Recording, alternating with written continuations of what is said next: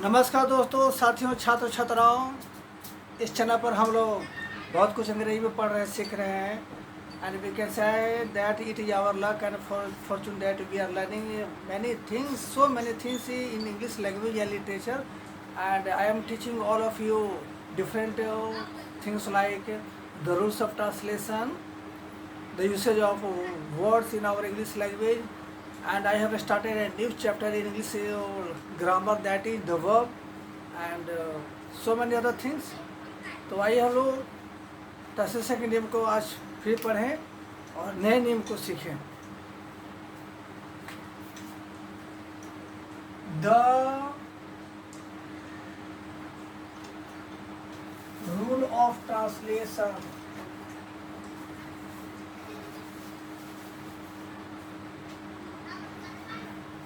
the rule of translation. There are some vital sentences of Hindi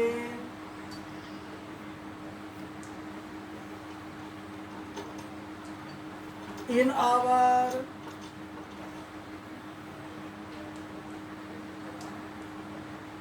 Hindi language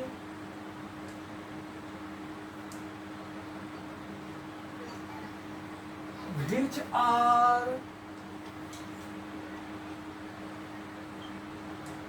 regarded as affirmative. They do have two parts.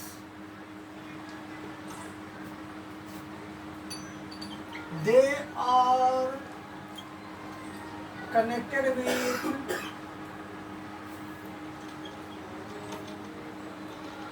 the word of Hindi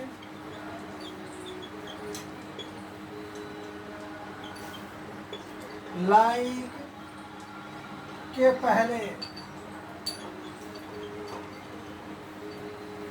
Both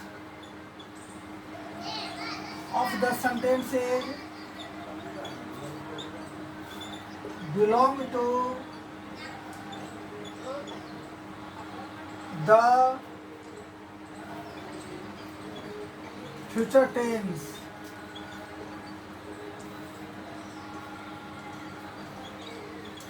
They indicate that one action comes to end much earlier.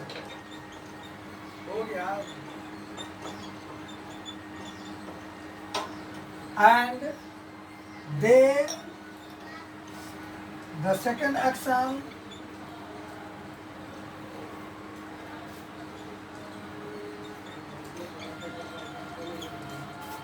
takes place. एक बार फिर सब शुरू से पढ़ देते हैं ताकि सभी बच्चों को स्पष्ट समझ में आए कि क्या लिखा हुआ है, ताकि समझने में दिक्कत ना हो। There are some vital sentences of Hindi in our Hindi language which are regarded as affirmative. They do have two parts. They are connected with the word of Hindi like के पहले. Both of the sentences belong to the future tense. They indicate that one action comes to end much earlier and then the second action takes place. तो अब हम लोग इस नियम से संबंधित जो स्ट्रक्चर है, बुनियादी जो फंडामेंटल स्ट्रक्चर है उसको लेते हैं, फिर उसके बाद एग्जाम्पल को लेते हैं। The leading structure,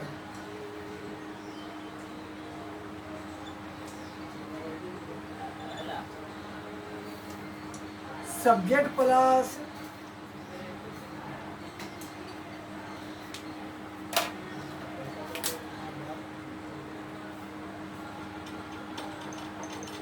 plus will shall plus have plus V3 plus object bracket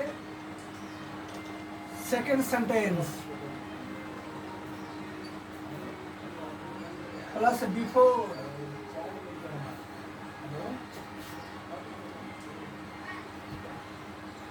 plus subject plus main verb 1+5 plus object Verba gratia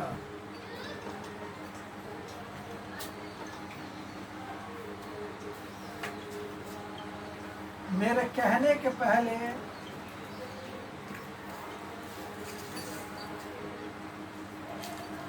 वह कह चुका होगा।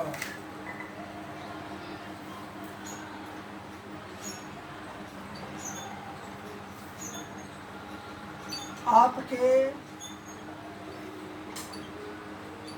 जाने के पहले हम पहुंच चुके होंगे।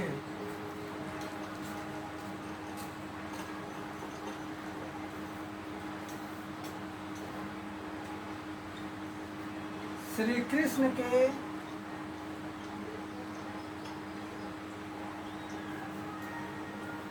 उपदेश देने के पहले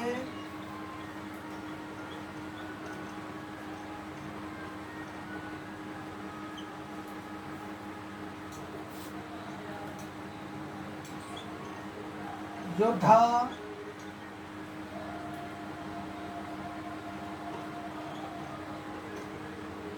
तैयार हो चुके होंगे।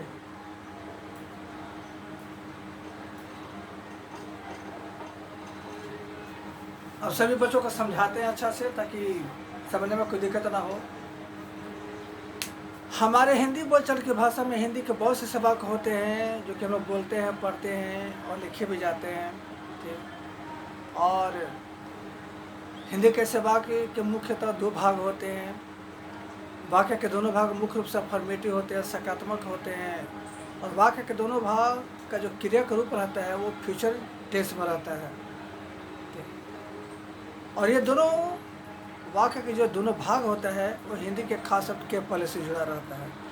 तो इस तरह के वाक्यों से यह बोध होता है कुछ समय से एक काम बहुत पहले ख़त्म हो जाता है, दूसरा काम उसके बाद शुरू होता है, तब खत्म होता है। ठीक। तो हिंदी के ऐसे वाक्यों को बनाने के लिए क्या करेंगे, जो वाक्य जिस वाक्य से यह पता चले, यह लगे कि वो काम पहले ख़त्म हुआ है, तो उसको हम लोग फ्यूचर परफेक्ट में बनाएंगे। जिस वाक्य के जिस भाग से ये बोध हो कि वो काम पहले ख़त्म हुआ है, तो उसको हम लोग फ्यूचर परफेक्ट में बनाएंगे। और जो वाक्य की क्रिया से ये पता चले कि वो काम बाद में हुआ है, उसको हम प्रेजेंट इंडेफिनिट टेंस के नियम से बनाएंगे।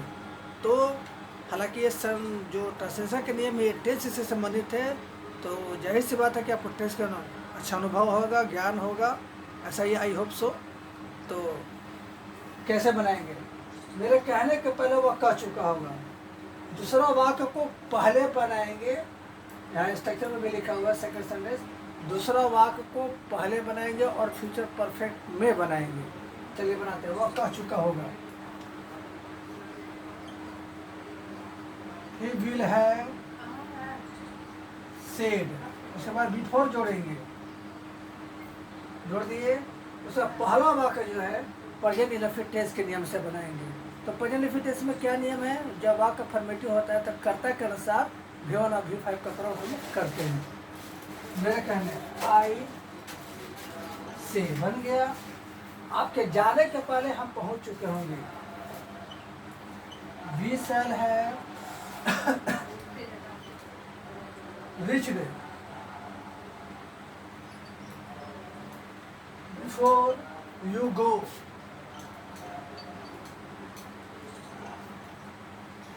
श्री कृष्ण को उपदेश देने के पहले योद्धा तैयार हो चुके होंगे। The warriors will have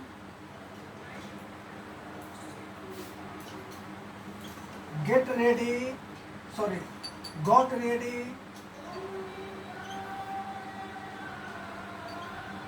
before Lord Krishna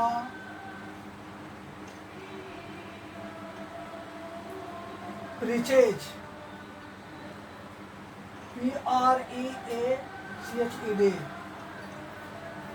एक बार फिर से पढ़ लेते हैं। The warriors will have got ready before Lord Krishna preaches। जिसे क्या सुने P-R-E-A-C-H-E-S है। तो आज हम लोग एक तशस्सा के नियम को पढ़े, फिर हम लोग अगले दिन और नियमों को पढ़ेंगे।